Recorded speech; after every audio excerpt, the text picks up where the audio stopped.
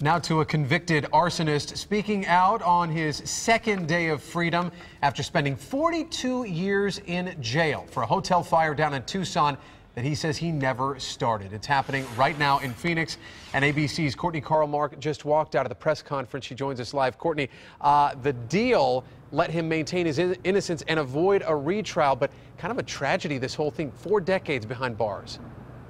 Yeah, and today is a day that he's been waiting a very long time for, Dan. When Lewis Taylor walked into the news conference, he had a smile on his face. He even cracked a few jokes, but the minute he stepped up to the podium, he broke down. A little kind of overwhelmed, but I'm free. So that's the most important thing, that I have an amazing team,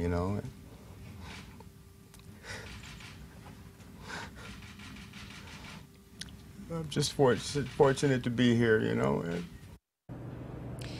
And we were there when Lewis Taylor walked out of a Tucson prison a free man yesterday. He pleaded no contest in court as part of an agreement that set aside his conviction. Lewis was convicted of starting that Pioneer Hotel fire back in 1970 that killed 29 people. He spent his entire adult life behind bars, the whole time maintaining his innocence. He was 16 at the time of that horrific fire, now 58 years old. He says he doesn't hold any grudges. We have the best judicial system in the world. I don't see how I fell in the cracks for 42 years. Should have never happened. But like I said, I'm just fortunate to have the team that I had. I had an amazing team who believed in me.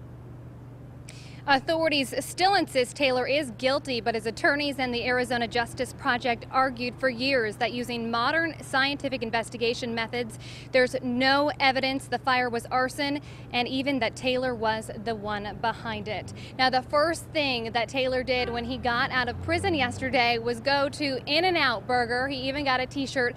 Then he went on about an hour and a half hike up Sabino Canyon. And Dan and Connie says that what he's most looking forward to doing now is meeting his niece for the very first time. Wow.